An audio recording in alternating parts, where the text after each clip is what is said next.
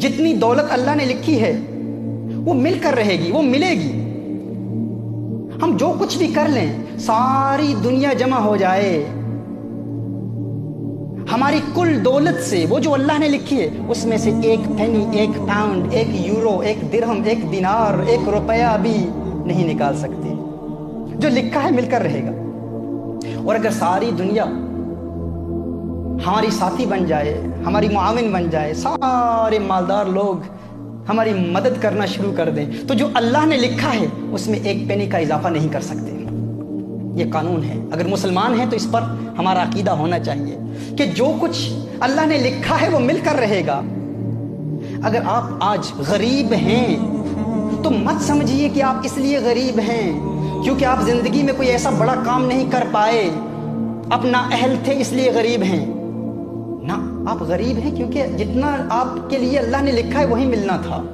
اگر کوئی multi millionaire ہے اور سمجھتا ہے کہ میں اپنی فہم اور فراست، ادراک اور شعور اور اپنے مناسب فیصلوں کی بنیاد پر میں ملینئر بن چکا ہوں، نہ، تو ملینئر ہے۔ اگر تم مالدار ہے تو اس لیے نہیں ہے کیونکہ تم اپنی محنت کی وجہ سے مالدار بنا ہے، تم مالدار ہے تو اس لیے ہے کیونکہ جو کچھ اللہ نے لکھا ہے وہ تجھے ملنا تھا۔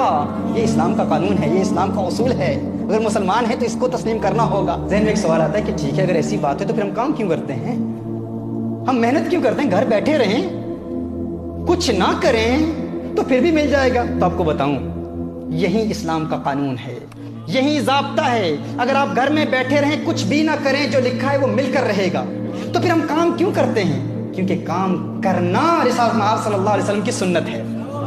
وہ جو اللہ نے لکھا ہے وہ تو ملے گا، لیکن محنت کے ذریعے اس کے حصول کے لیے حلال روزگار کمانے کے لیے کوشش کرنا، یہ کوشش میرے آقا کی سنت ہے، یہ عبادت ہے، اس پر ثواب ملتا ہے۔ ہم اس لیے کام نہیں کرتے کیونکہ جو اللہ نے لکھا ہے اس پر اضافہ ہوگا، نہ، یہ قانون نہیں ہے۔ ہم کام کیوں کرتے ہیں؟ کیونکہ کام کرنا سنت ہے، یہ عبادت ہے۔ حلال روزگار کی تلاش عبادت ہے۔ اب اس کا دار و مدار ہم پر ہے کہ ہم اسے کیسے تلاش کرتے ہیں۔ حلال ذریعوں سے تلاش کرتے ہیں یا حرام کے ذریعے تلاش کرتے ہیں؟ وہ تو ملے گا، الٹیمیٹلی وہ ملے گا جو اللہ نے لکھا ہے ہمارے لیے۔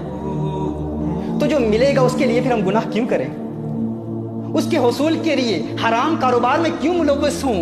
اللہ عز و جل نے جو لکھا ہے وہ مل کر رہے گا۔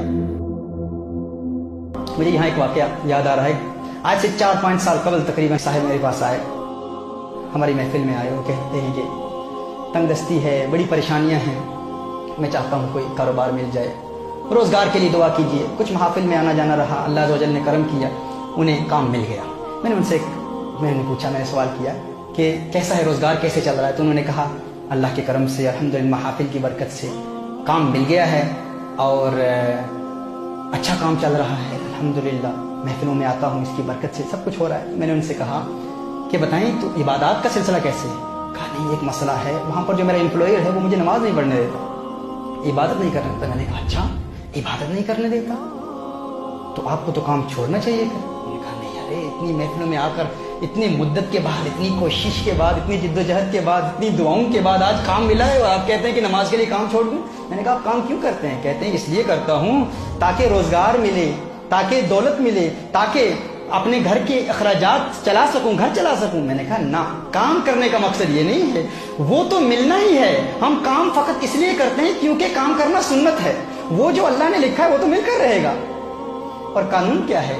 اصول یہ ہے کہ اگر کوئی سنت آپ کو فرض سے محروم کر دے تو آپ اس سنت کو چھوڑ دیں، فرض پر عمل کریں۔